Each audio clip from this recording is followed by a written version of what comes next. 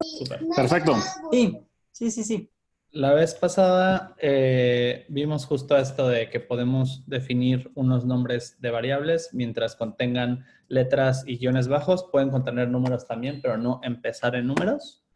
Y que luego al igual, si algo estaba del lado izquierdo, se guardaba lo que estuviera del lado derecho ahí y que del lado, o sea, primero se evalúa lo que pasa del lado derecho y luego ya se guarda, ¿no? Entonces, en este caso que estamos elevando conjunto 1 a la conjunto 2, dijimos que doble signo de asterisco era elevar a lo que sea la potencia del lado derecho. Entonces se evalúa primero esto y luego el resultado se guarda del lado izquierdo y en este caso pues ya se imprime, ¿no? Hablamos también de que podíamos usar la palabra def para crear funciones, que las funciones tenían parámetros separados por comas.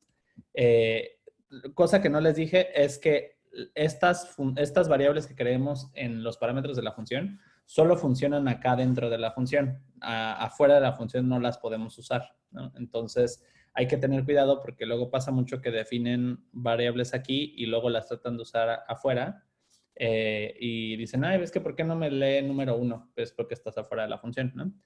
¿Cómo sabemos si estamos adentro o afuera de la función? Porque hay una sangría, ¿no? El sistema automáticamente en cuanto pones 2 puntos y le das enter, te crea esta sangría que son, dependiendo la configuración del sistema, puede ser una tabulación o pueden ser 4 espacios.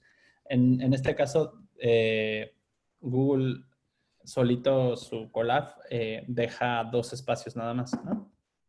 Entonces, pues eso depende mucho del programa que estés usando para programar cuánto le pone de sangría. Luego dijimos que la palabra return nos sirve para... Uy, ¿dónde quedaron? ¿Siguen ahí? Sí, yo aquí sigo, ¿eh? Es que los dejé Aquí de... estoy oyendo. Ocean. Yo también solo apagué mi pantalla para poder ver bien. Órale, va, súper. Entonces, aquí usamos return para lo que sea. O sea, nosotros aquí dentro de la función podemos hacer 18,000 cosas. Nada más lo que queremos que sea el resultado como tal de la función, porque se dan cuenta aquí mandamos a llamar esta función, entonces se evalúa primero la función y lo que sea que queremos que sea su resultado es lo que ponemos al lado de return, ¿no? Entonces, no importa el número de operaciones que hagamos adentro, pero sí importa que pongamos aquí porque eso es lo que se guarda del lado izquierdo cuando llaman a llamar a la función. Luego empezamos a hacer un pequeño dataset donde tenemos 9 variables diferentes de casas y dijimos que estos corchetes cuadrados significan que esto es una lista de números que también se le conoce como arreglo o como vector, ¿no? Entonces, habíamos dicho que mientras conservemos el orden de los datos no hay ningún problema.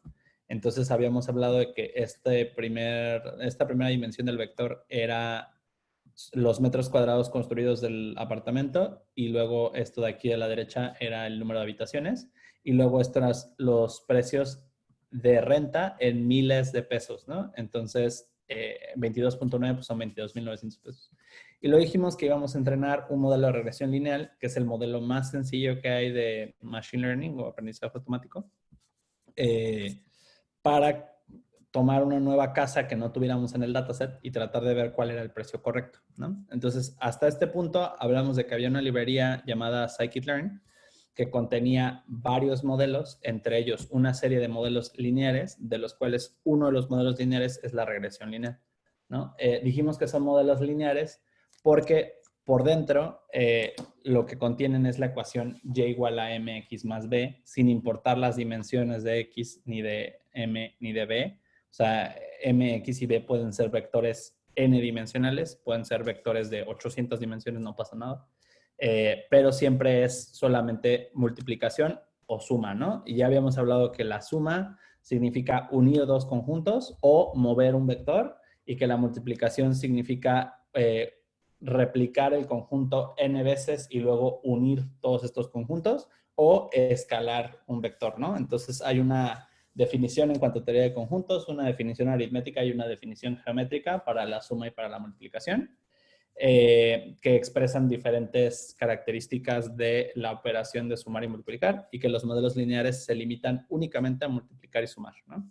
Entonces, aquí lo que vamos a hacer es crear una nueva variable que va a contener nuestro modelo. Entonces vamos a hacer modelo igual a, y este modelo que importamos es un tipo especial de objeto de Python que se llama una clase, ¿vale? Entonces, los diferentes lenguajes de programación tienen diferentes maneras de expresar las clases, pero las clases son básicamente colecciones de variables y funciones relacionadas, ¿no? Entonces, Linear Regression es una colección que los que hicieron scikit-learn dijeron, pues vamos a agrupar una serie de variables, por ejemplo, M y B, que van a estar adentro de Linear Regression, y una serie de funciones que puede realizar Linear Regression, y entonces todo eso lo agrupamos en una sola clase. Entonces, ¿cómo defines una clase? Por ejemplo, si yo quiero, en lugar de que la casa sea un vector sin nombre ni nada, sino nada más ahí una lista cualquiera que podría significar cualquier cosa, yo lo quiero tener más bonito y ordenadito y tener como enlistadas todas las propiedades que tiene esta casa o las variables que tiene esta casa y qué puedes hacer con la casa. Yo puedo usar la palabra clave class y definir, por ejemplo, una clase casa. O 2 puntos significa que va a haber un cuerpo de este objeto de Python. Y luego aquí adentro ya puedo decir, pues metros cuadrados va a ser una variable, ¿no? Que voy a inicializar en 0 porque ahorita no sé cuántos metros cuadrados va a tener esta casa. Y, por ejemplo, número de habitaciones va a ser otra cosa que puede tener la casa, ¿no?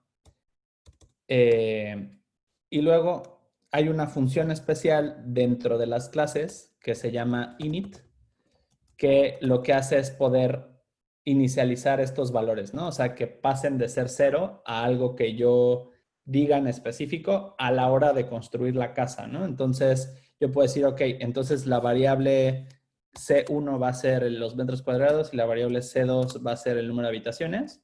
Entonces, metros cuadrados, perdón. Y luego hay una palabra clave llamada self que representa una casa en específico, ¿no? Entonces, la clase casa representa todas las clases posibles. Entonces, cualquier casa puede tener cualquier número de metros cuadrados y cualquier número de habitaciones, pero self representa una casa en específico de la que estamos hablando, ¿no? Entonces, yo voy a decir, ok, esta casa en específico, sus metros cuadrados van a ser C1 y esta casa en específico, su número de habitaciones va a ser C2. Entonces, luego, esta función init tiene la mágica propiedad de que yo puedo ya ahora sí utilizar la clase casa para crear nuevas casas. Entonces, yo puedo decir nueva casa igual a casa. Y si se dan cuenta, le pongo paréntesis porque casa es una función. ¿Qué función es? Esta función llamada init. Entonces, tiene la propiedad especial de que yo afuera de la clase casa la puedo utilizar con el nombre de la clase para generar una nueva casa. Se le llama una función constructora o una función inicializadora. Y yo ya definí unas funciones que se podrían haber llamado de cualquier manera. Yo le puse C1 y C2 para relacionarlos con el concepto de casa, pero se pudieron haber llamado X y Y, por ejemplo. Entonces yo hubiera dicho, ok, metros cuadrados va a corresponder a la variable X y número de habitaciones va a corresponder a la variable Y, ¿no? También pudo haber pasado al revés, ¿no? Pudo haber sido primero número de habitaciones y luego metros cuadrados y yo digo, pues número de habitaciones va a ser la X y metros cuadrados va a ser la Y. Al final la computadora no sabe qué estamos haciendo, nada más ejecuta los comandos en cierto orden.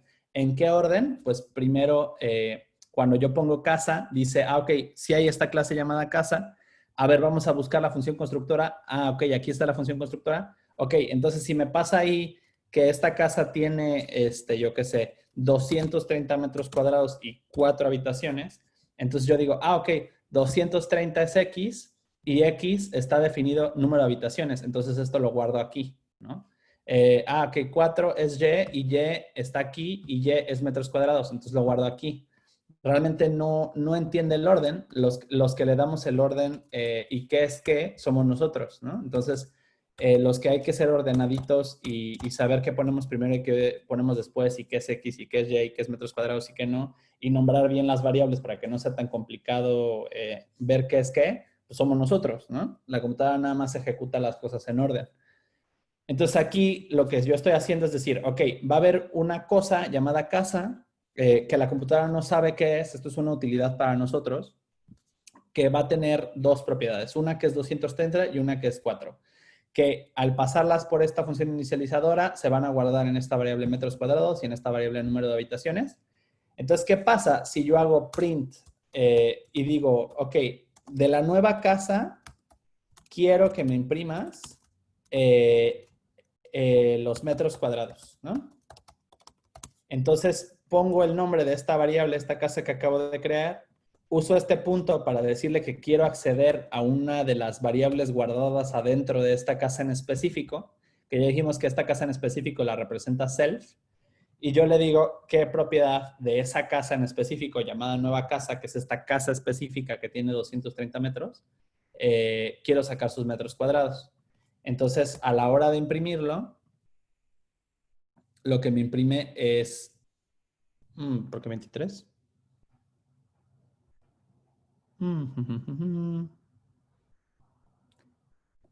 Weird. A ver, lo voy a separar en otra celda para que no esté combinada con nada de ahí arriba. Una nueva celda, le ponen aquí insert code cell y les crea una nueva celda, ¿no? Y ya es otra celita aparte que se ejecuta aparte. Ahí está, ¿no? Entonces 230 me imprimió, ¿no? Que es o sea, lo que hice yo fue crear una nueva clase casa, ponerle unas propiedades adentro o unas variables, hacer esta función inicializadora, que es lo que me permite utilizar la palabra casa para crear nuevas cosas, pasarle dos valores que se mapean o se corresponden a X y a Y, guardar X dentro de metros cuadrados, guardar Y dentro del número de habitaciones. Entonces, cuando yo pido los metros cuadrados de la nueva casa, pues lo que me da es este número que guardé, ¿no? Si yo creo una casa diferente, por ejemplo, casa diferente, otra vez vuelvo a utilizar la palabra casa para decir que esto es una casa, pero a esta casa digo, ok, esta va a tener 180 metros y 3 cuartos. Entonces, cuando yo imprimo casa diferente, aunque ambas son casas, una es la de 180 metros y otra es la de 230 metros. Entonces, cuando las imprimo, pues me salen una 230 y me salen otras 180. Entonces, está cool porque yo puedo reutilizar todo el código, o sea, puedo reutilizar todas las variables y reutilizar todas las funciones y simplemente utilizar la palabra casa para crear cada una de estas casas. Y estos se llaman clases, ¿no? Entonces, lo que es linear regression es alguien que fue el que programó, o una serie de personas que fueron los que programaron scikit-learn, crearon esta clase llamada linear regression, que por dentro tiene una serie de variables y una serie de funciones. Y lo que estamos llamando aquí es esta función inicializadora, pero la de linear regression, ¿no? Cualquiera que sea. Solo que por dentro, pues aquí, por ejemplo, sería linear regression, ¿no? Y a lo mejor aquí adentro, pues tiene un M y tiene un B, y a lo mejor la función inicializadora, pues lo que hace es decir, ok, pues esta es igual a M y esta es igual a B, ¿no? Y ya por adentro habrán definido qué variables tiene y qué funciones hace, así como nosotros hicimos la casa, ¿no? Hasta aquí, ¿dudas, preguntas, problemas sobre clases? Creo que vamos a necesitar tarea, pero seguimos. Es simplemente una agrupación de variables y de funciones, ¿no? O sea, aquí hablamos de unas variables que eran conjunto 1 y conjunto 2, y hablamos de una función que era suma, pero están separadas, ¿no? Están flotando en el espacio, no hay ninguna relación entre ellas. Lo único que hicimos aquí fue agruparlas todo bonito aquí en una clase llamada casa, que entonces son unas funciones y unas variables que se relacionan entre ellas y que están juntitas, y que me permite utilizar la palabra clave que yo ya he definido en mi clase para crearlas, y me permite utilizar este puntito para acceder a sus variables, ¿no? ¿Qué pasa? Si yo de repente le digo, ok, quiero una nueva función que sea, que en lugar de metros cuadrados me lo des en pies cuadrados, ¿no? Entonces, a lo mejor me hago una función llamada convertir a pies cuadrados. Solo tengo una pequeña duda. ¿No importa si usamos altas o bajas en este programa? Sí importa.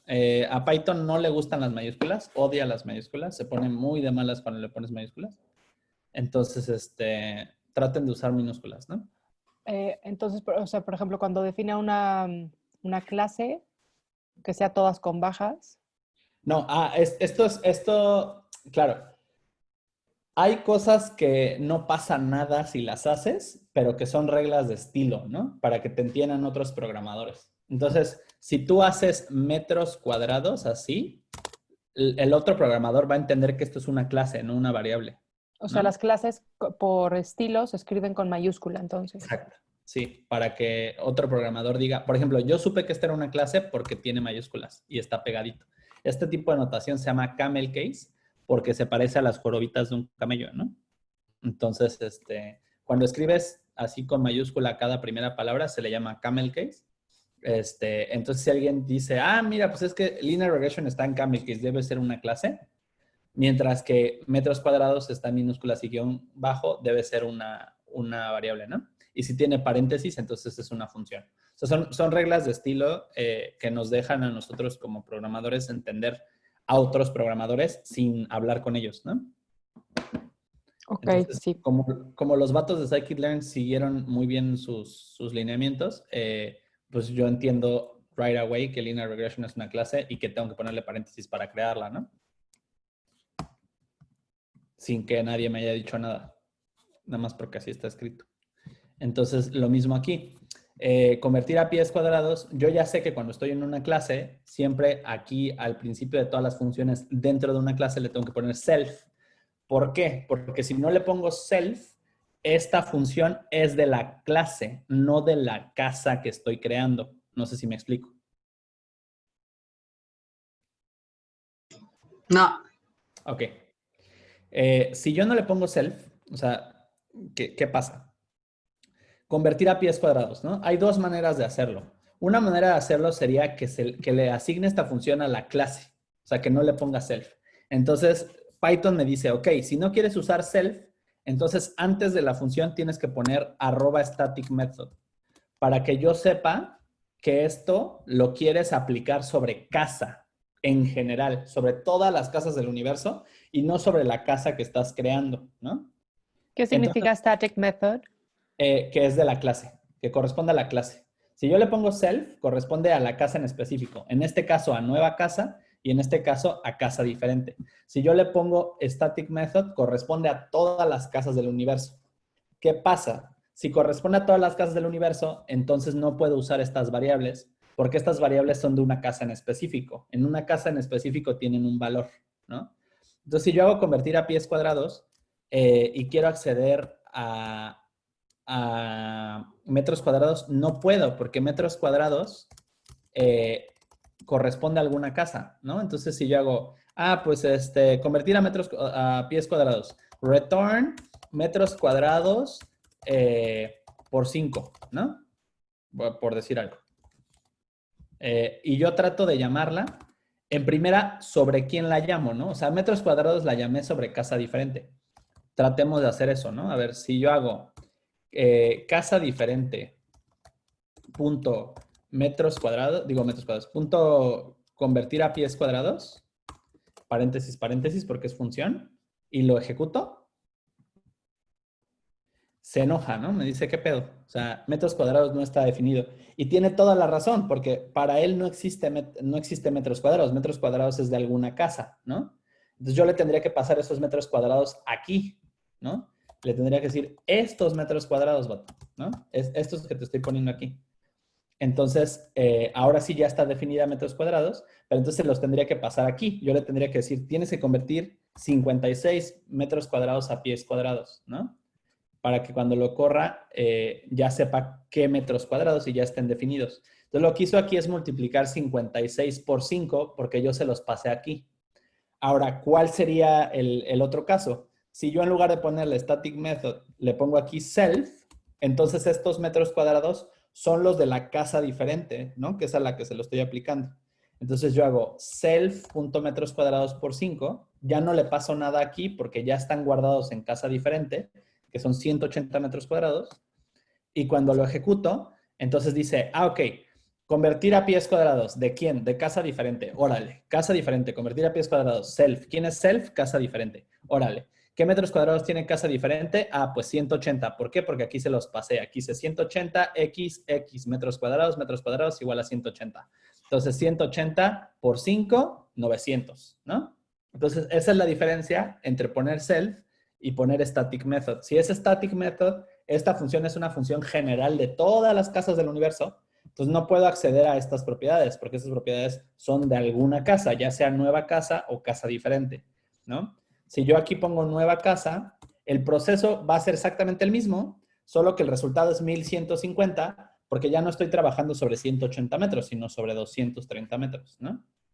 Entonces, eso es lo cool de las clases, que las clases te permiten generalizar unas funciones para todas las casas y unas funciones para casas en específico, pero sin tener que repetir el código. No tengo que hacer 1 metros cuadrados por cada casa, sino que las operaciones son igualitas para todo, solo creo una casa nueva con los valores específicos y ya tengo acceso directo a todas las funciones y todas las propiedades que las casas en general tienen definidas, ¿no?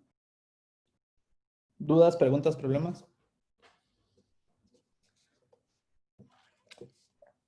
¿Nadie?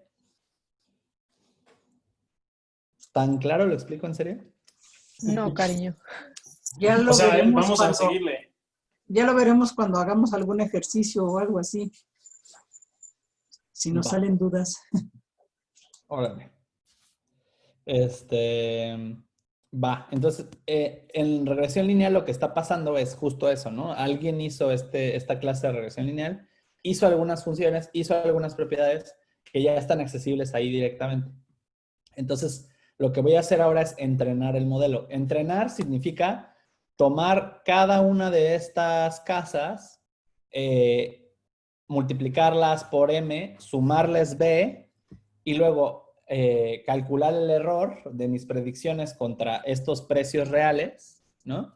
Y luego ese error, derivar la función de costo, restárselo a m y restárselo a b. Cada vez que hago ese proceso de multiplico por m, le sumo b, calculo función de costo, derivo función de costo, le resto la función de costo a m y a b, que es el método de descenso del gradiente, que ya dijimos que un gradiente es o una derivada de vectores o un vector de derivadas, como lo quieran ver.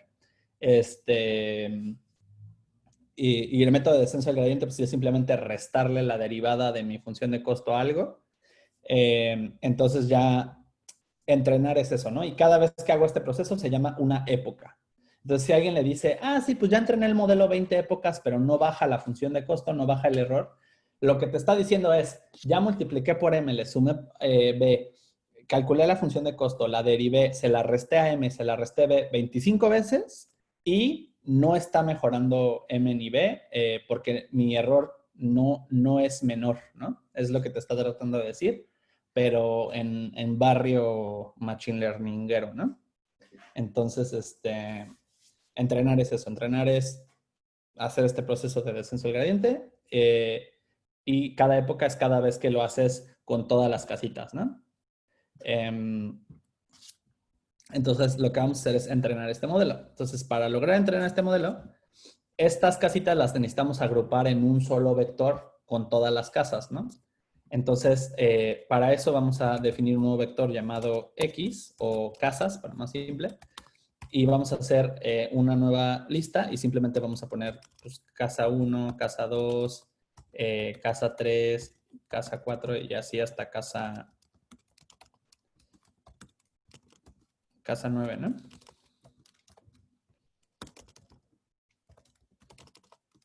Y a este vector le llamamos el dataset, ¿no? Que es todos los datos con los que vamos a entrenar. Entonces, si alguien te dice, sí, pues ya me bajé un dataset, pero no jala, te está diciendo, ya me bajé un set de valores, ¿no? De vectores, y ya lo probé, pero pues, no está funcionando chido. Entonces, si yo corro esto, pues es simplemente esto, ¿no? Tienen un vector aquí que contiene otros, o sea, los valores de las casas, que es con lo que voy a entrenar. Y luego ya mi vector que ya teníamos, que era el de precios, ¿no? Entonces este es X y este es Y. Entonces ahora sí puedo entrenar. Modelo trae o sea, Linear Regression ya trae una función definida que se llama fit. Y fit lo que hace pues es entrenar, ¿no? Entonces le pasas las casas le pasas los precios y lo corres. Y solito por dentro ya trae definido el método de descenso del gradiente y todo.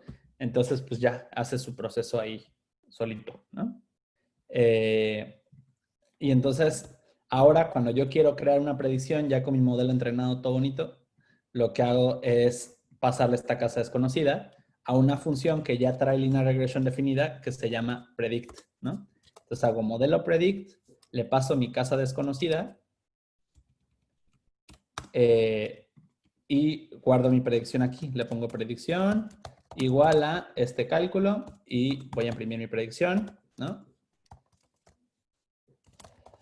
También le pueden poner una etiquetita aquí, ¿no? Como, pues el precio de la casa desconocida es 2 puntos espacio, coma predicción, y entonces ya te imprime primero el texto y luego te imprime la predicción, ¿no? Entonces le doy play y me marca un error. ¿Por qué me marca un error?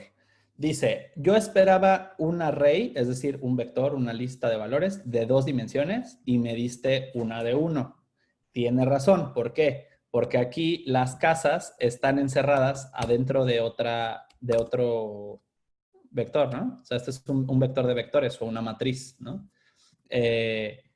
Entonces aquí esta tiene su casita y esta casa no, esta casa está aquí solita, ¿no? Entonces tengo que encerrar esta casa en unos cochetes para que tenga las mismas dimensiones que tenía el modelo original, ¿no? Este modelo original tiene aquí 2 dimensiones, esta efectivamente tiene 2 dimensiones, solo que aquí tengo una dimensión más, ¿no? Y aquí no la tenía. Entonces le pongo estos cochetes para que ya tenga 2 dimensiones, sea una matriz, aunque sea de un solo valor. Y ya me dice, ¿no? El precio de la casa desconocida es 34,188 pesos. Entonces digo, ¿será esto razonable? A ver, si yo tengo una casa aquí de 120 con 2 cuartos, esta casa es cercana, 119 con 3 cuartos, y cuesta 30, y la de 120 con 2 cuartos cuesta 34, ¿no? O sea que un aumento de 4,000 pesos por metro cuadrado, pues no está tan loco, ¿no? Esta a lo mejor que no es tan cercana, de 120 cuesta 49 y yo cuesto menos de la de 49, entonces no está tan alocado. Cuesto más que la de 91, 30 cuesta la de 91, yo cuesto 34, sí cuesto más que la de 91. Entonces puedo decir que esto es un valor apropiado para una casa de 120 metros, ¿no? 34,188, porque efectivamente cuesto más que la de 119, cuesto menos que la de 160, ¿no? Consistentemente. Entonces yo me podría agarrar otra casa y decir casa desconocida 2 y decir, ok, ahora vamos a probar una de un número que no tengamos, ¿no? 100, a ver, por ejemplo, esta tiene 76, 85, 92, una a lo mejor de 88 metros, ¿no? 88 metros con 2 cuartos también, casi todas tienen 2 o 3 cuartos. Y se la agrego aquí a mi predicción. Entonces, puedo hacer múltiples predicciones al mismo tiempo, ¿no? Por eso es que la dimensión de afuera es un array. O lista o vector, como le quieran llamar. Entonces me dice, ok, la predicción de tu primera casa pues es de 34,188, la de tu segunda casa es de 26,512, ¿no? Y yo digo, ok, si yo soy de 88 y este es de 85 y cuesta 25,300 y yo cuesto 26,500, pues tiene sentido, ¿no? Y si este es de 92 y cuesta, a ver si esta es la casa 6, entonces 1, 2, 3, 4, 5, 6, cuesta 22 esta y yo cuesto 26, pues estoy un poquito más caro, ¿no? O sea, chance, o este cuate la está dando muy barata o yo me estoy yendo más caro, ¿no? Entonces, para afinar el modelo y hacerlo más preciso, yo podría agregar aquí más ejemplos de casas para que no se me vaya como gordo en tobogán, sino que tenga un poquito más de suavidad la función, ¿no? Pero al final, pues lo que yo estoy haciendo en resumen es tomar un montón de casas, medir, o sea, crear una línea aleatoria con un M y un B aleatorio y luego mediante una serie de épocas donde calculo el error y derivo la función de costo y se la resto a M y B, logro encontrar una función una combinación de M y B que más o menos representa la distribución de estas casas en un espacio de 2 dimensiones, de tal suerte que cuando le doy 2 nuevas casas me da unos valores basados en estos datos, ¿no? Y eso es la base de todo el machine learning, toda la inteligencia artificial moderna, al menos métodos supervisados, es decir, métodos que ya tengan unos valores conocidos para unos X conocidos, ¿no? Yes conocidas para X conocidos. La base es esta, ¿no? Es solo regresión lineal, a lo mejor muchas regresiones lineales al mismo tiempo, unas regresiones lineales compuestas en otras, o agregándole una no linearidad entre cada grupo de regresiones lineales, pero al final es multiplicar y sumar. Entonces, si creían que la inteligencia artificial al día de hoy era algo mágico, maravilloso y misterioso, lamento decirles que, pues sí es mágico y maravilloso, pero solo es multiplicar y sumar, ¿no? Entonces, ¿dudas, preguntas, problemas? A mí me gustaría como un manualito, si nos puedes recomendar, amigo, de la sintaxis, o para tener muy claro. O sea, por ejemplo, hay cosas que ya están dadas aquí, ¿no? Que puedo usar y que ya las entiende. Me gustaría saber cuáles son, qué significan, y luego solamente tener muy claro qué va primero, o sea, como primero a este modelo le vas a hacer un fit, ¿no? O de esta variable le vas a extraer esto. O sea, como ese orden, tenerlo muy claro. ¿Hay algún lugar donde pueda haberlo escrito? Sí, para Python te metes a docs.python.org y Ajá. aquí ya habíamos hablado, ¿no? Que hay una referencia del lenguaje. Entonces, en la referencia del lenguaje te dice, mira, pues hay todo este desmadre que puedes hacer, ¿no? Por eso está bien bonito ¿dónde está? Ay, ¿dónde está? Ah, tutorial, ¿no? Este tutorial dice, mira, pues hay números, ¿no? Así pones números. Pues hay texto, así pones texto. Hay arrays, ¿no? Listas o vectores, así las pones con corchetitos, ¿no? Hay estos ciclos que no los hemos visto, pero no los necesitamos todavía. Entonces te va dando como la lista de todo lo que hay. Lo que yo hice fue resumirte este tutorial en mucho menos. O sea, literal vimos el 80% del tutorial en unas cuantas líneas, ¿no? Es como una super compresión de toda esta información. Pero básicamente, o sea, vimos números, vimos strings, vimos listas, vimos vemos errores, vimos clases, ¿no? Y todo está como descrito aquí, solo que aquí está como mucho más detallado y así. Aquí en el Library Reference vienen las funciones que ya vienen adentro del sistema, que las que hemos usado pues es print, ¿no? Perfecto. Sí, sí, sí. Mil gracias. Lo voy a checar. Todo está como aquí enlistado, ¿no? Entonces, Python Style Library es las cosas que hace Python por ser Python, sin que tú hagas nada. Y luego lo otro está aquí en sklearn. Si te metes a scikit-learn.org, así scikit-learn, el modelo que aplicamos fue un modelo de regresión. Ya habíamos dicho que hay dos tipos de problemas supervisados, uno que es clasificar y uno que es regresionar. Clasificar nos da una categoría o un valor entero y regresionar nos da un valor decimal específico como el precio de la casa, ¿no? Y entonces nos metimos aquí, fuimos a Linear Models y adentro de los modelos lineares pues ya te dice, mira, pues puedes hacer un modelo de ordinario de suma de cuadrados y entonces básicamente aquí te pone el ejemplo, ¿no? Aquí importaron Linear Model, importaron Linear Regression, hicieron fit y ya, ¿no? O sea, lo que nosotros acabamos de hacer pues lo hacen aquí ellos, ¿no? Viene la ecuación y todo el pedo.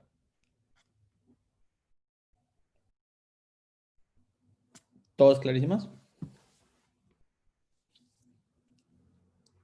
Sí, gracias.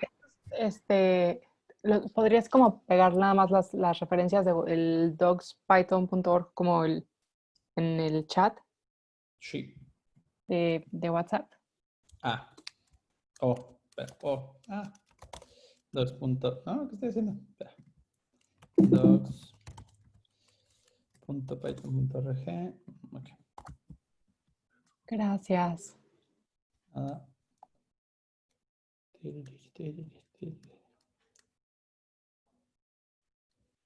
¿Dónde están ustedes? Gracias por mencionar.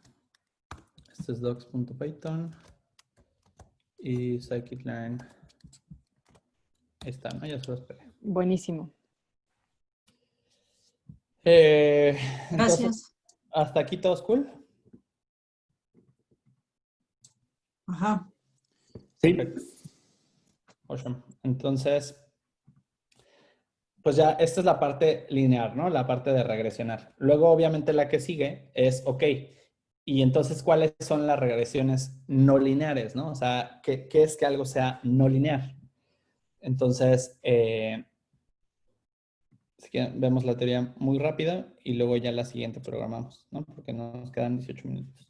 Entonces, nosotros hablamos de que hay espacio y hay tiempo, ¿no? Entonces, yo en el espacio puedo tener una serie de cosas y esas cosas pueden seguir una distribución como la de las casas, donde hay una relación muy claramente visible entre X y Y, ¿no? Por ejemplo, en este caso, que a mayor número de cuartos y a mayor número de metros cuadrados construidos, hay más precio, ¿no?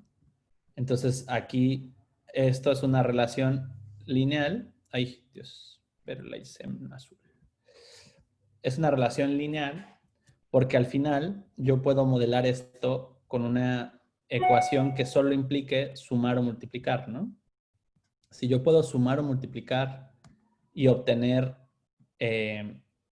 una función que modele bien la distribución de estos objetos, entonces estoy hablando de que la relación entre X y Y es lineal, ¿no? Cuando algo es no lineal, por ejemplo, el crecimiento exponencial de las cosas, ¿no? Si nosotros, por ejemplo, vamos a Internet y buscamos, por ejemplo, cómo es la distribución del crecimiento de la población de conejos, ¿no? Voy a ver una gráfica como estas, ¿no? Aquí puedo ver yo que el crecimiento acelera hasta la capacidad del ambiente y luego ya se estaciona como en una meseta, ¿no? O que de repente, ¡pum!, como que revienta hasta arriba, hasta el infinito, y tengo una sobrepoblación, ¿no? Entonces, este tipo de distribuciones no son lineares, porque yo no puedo trazar una rayita que modele bien con un error mínimo este tipo de cosas, ¿no? Que son, en este caso, crecimiento exponencial o crecimiento logístico, ¿no? ¿Qué otra cosa no crece de esa manera? La vida media de un medicamento, ¿no? La vida media de un medicamento, que es cuánto dura un medicamento dentro de tu cuerpo antes de que el riñón o el hígado lo excreten.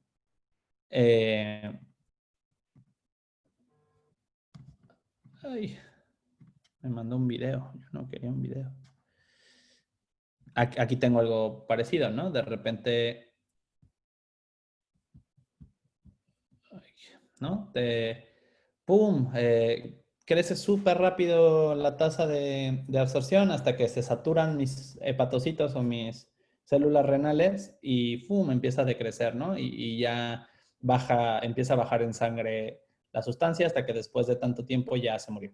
Entonces yo digo, ok, vale, a más o menos media hora, pues ya está súper concentrada en mi sangre, ¿no? O sea, a lo mejor aquí me la tomé, aquí ya alcanzó la saturación en mi sangre y aquí la empiezo a excretar, ¿no? Ya sea que empiece a ir al baño o lo que sea, y entonces empieza a bajar la cantidad de la sustancia que hay en mi cuerpo, ¿no? Entonces aquí me tomé el ibuprofeno o sea, aquí me lo tomé, aquí ya lo absorbió mi intestino y aquí ya mi riñón o mi hígado lo empiezan a degradar y excretar, ¿no? Y hasta que a las 24 horas ya no hay nada de ibuprofeno. De hecho, a las 15 horas ya no hay nada, ¿no?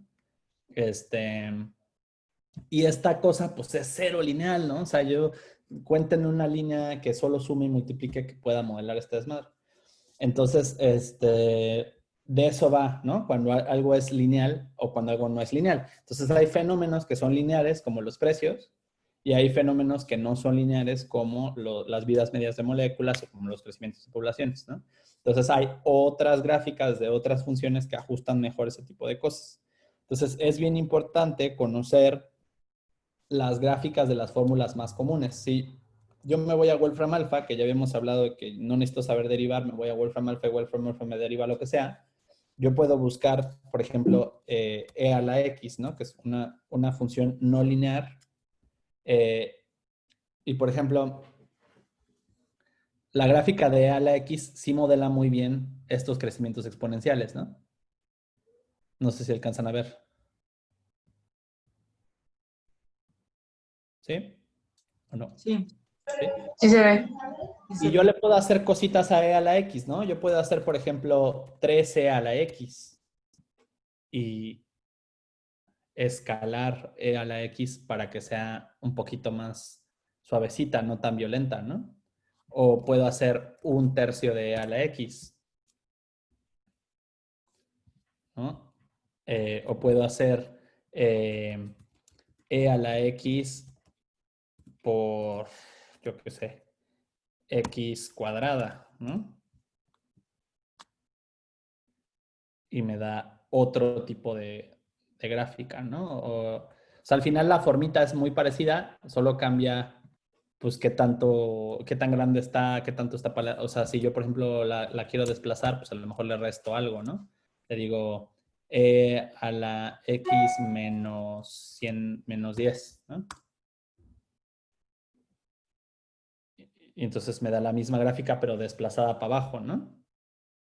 ¿Sí ven como la formita es la misma, pero la voy moviendo? Porque ya dijimos que sumar y restar es mover cosas, ¿no? Entonces, mientras yo sume y reste, se mueve mi grafiquita. Si yo le multiplico cosas, la hago más grande o más chiquita, ¿no? Porque multiplicar es escalar y sumar es mover. Entonces, yo puedo tomar una serie de funciones regularmente no lineares, como por ejemplo logaritmo base o logaritmo natural, que es base e de x, ¿no? Que expresa muy bien el crecimiento de los conejos, por ejemplo. Entonces ya yo, para ajustarla, este crecimiento de los conejos, a lo mejor lo multiplico por 100, ¿no? O a lo mejor le sumo 25. Entonces es la misma base, la misma formita, ¿no? Nada más que escalada o movida de cierta manera. Entonces, ¿qué pasa? Un modelo no lineal, esto es lo que hace, ¿no? Tiene una base no lineal, es decir, una base que no es m y b, pero luego sí incorpora m y b, ¿no? Aquí está la m, o sea, aquí está multiplicando por esto y le está sumando esto. Entonces, esto sería como decir m por logaritmo natural de x más b, ¿no? Entonces, sigo usando sumar para desplazar, sigo usando multiplicar para escalar, nada más que ahora mi base no es solo x, sino que le hago alguna transformación no lineal para darle otra formita más curva, ¿no? O sea, paso de ser una rayita a ser una curvita. ¿Qué tipo de curvita? Pues tengo mi tipo de curvita como e a la x. Creo que sí puedo hacer m igual a 5 o b igual a 10, podrá hacer, no sé.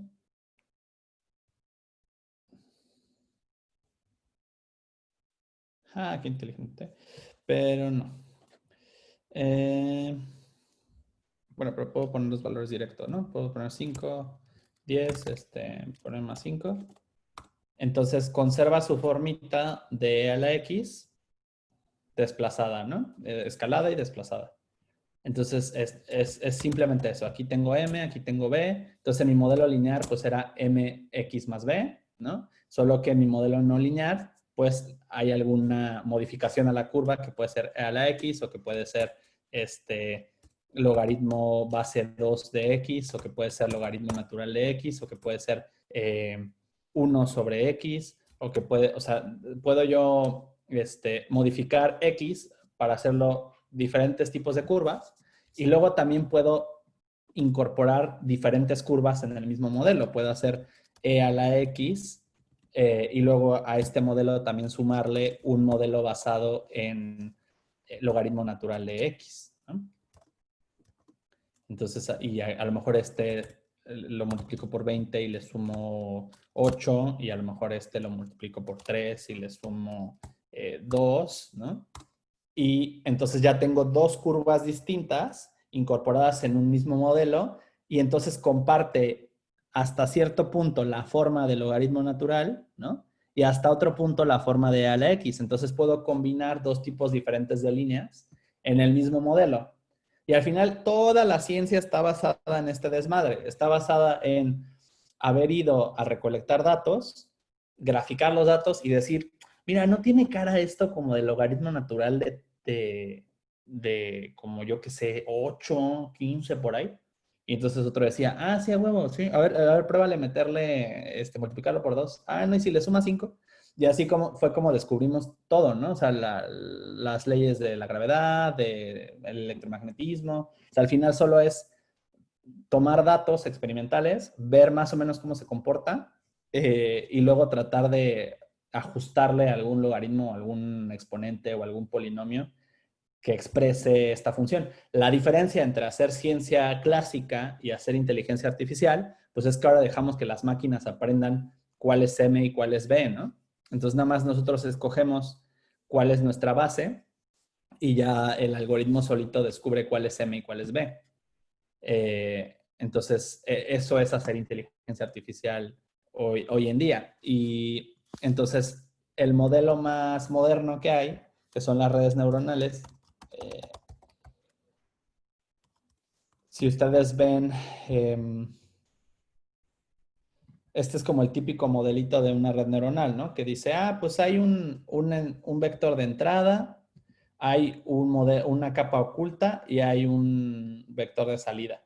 Básicamente, cada una de estas cosas que le llaman neuronas, pues es simplemente una regresión lineal, y después de hacer la regresión lineal, le incorporo alguna no linearidad, es decir, hago mi y igual a mx más b y luego a esto se lo meto a una función no lineal que generalmente es la tangente hiperbólica o la función sigmoide. Déjense las enseño en Wolfram Alpha. Entonces, por ejemplo, la tangente hiperbólica de x es una curvita que se ve más o menos así. Como esta, ¿ya vieron? Como una S. O como esta. ¿Sí la alcanzan a ver? Sí, perfecto. Sí, se ve bien. Estas son dos formas de tangente hiperbólica. Se dan cuenta, lo único que tienen es que son curvas, ¿no? En vez de líneas. O también puedo utilizar 1 sobre 1 más e a la menos x, que se llama softmax, esta función en específico, que también me da otro tipo de curvita, pero esta es como más acostadita, ¿no? Entonces, dependiendo lo que yo quiero modelar, bueno, es que esto lleva paréntesis.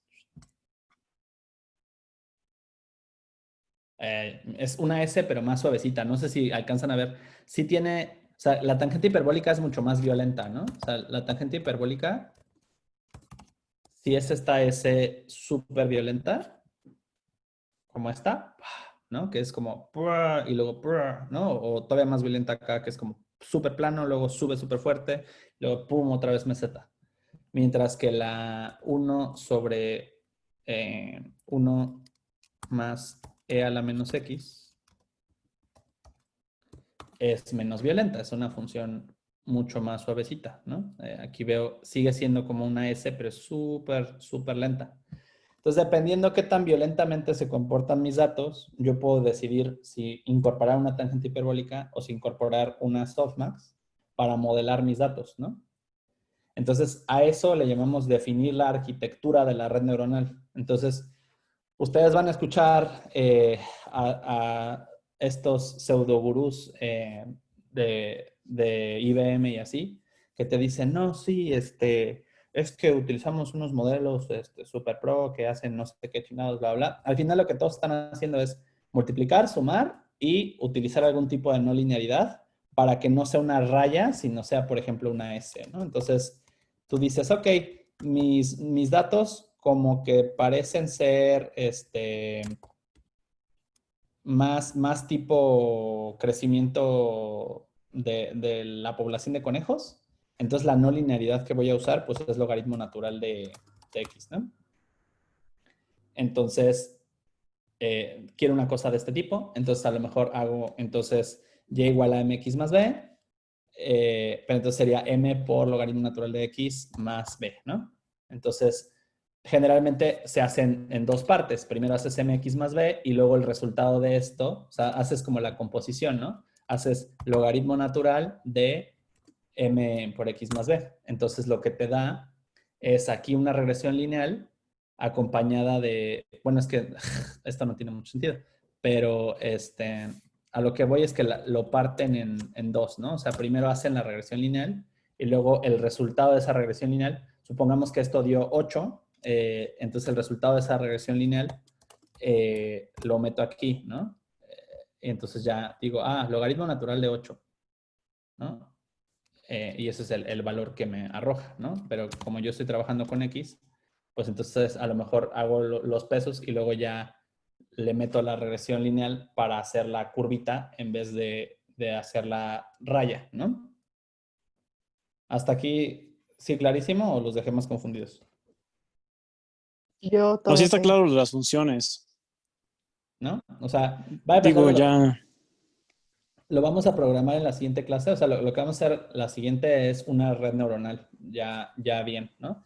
Que al final, pues es simplemente regresión lineal seguida de una no linearidad, por ejemplo, la tangente hiperbólica. Y se le llaman aproximadores universales porque al final lo que yo hago es, mediante el proceso de descenso del gradiente, ir modificando M y B dentro de cada neurona o cada grupo, digamos, de regresiones lineales. Y entonces la computadora, comillas, comillas, aprende la distribución que está por debajo de los datos, ¿no? Pero al final solo es matemáticas, o sea, es álgebra lineal, cálculo, probabilidad estadística, aplicados a modelar grandes grupos de datos, ¿no? Entonces, nuestra pregunta inicial que era, ¿puede ser inteligencia artificial aplicada al derecho? Pues sí, ¿no? Mientras haya una manera de representar vectorialmente los casos o las personas o lo que sea. Entonces, la dificultad en realidad no está en modelar. Modelar es simplemente multiplicar, sumar y pasarlo por alguna función no lineal. La dificultad real está en la representación del conocimiento. Ok, ya que sé que efectivamente cualquier función la puedo aproximar utilizando alguna función base tipo logaritmo natural o tangente hiperbólica y algunas cosas por las cuales multiplicarlo y algunas cosas por las cuales sumarlo, entonces ahora, ¿qué vectores son los que voy a multiplicar y sumar? ¿No? ¿Qué vectores son los que voy a aplicarle la tangente hiperbólica? O sea, ¿cómo voy a representar los casos? ¿Cómo voy a representar las palabras? Entonces, realmente la disciplina difícil no es la parte de Machine Learning. Machine Learning es muy metódico. Es más bien la representación del conocimiento, ¿no? El cómo obtengo los datos, cómo proceso los datos, cómo limpio los datos, cómo etiqueto los datos, de tal manera que a partir de unos documentos de la Suprema Corte yo obtenga vectores del texto y entonces ya esos vectores puedan modelar la correlación entre a lo mejor el texto del caso y el fallo, ¿no? ¿Todo clarísimo?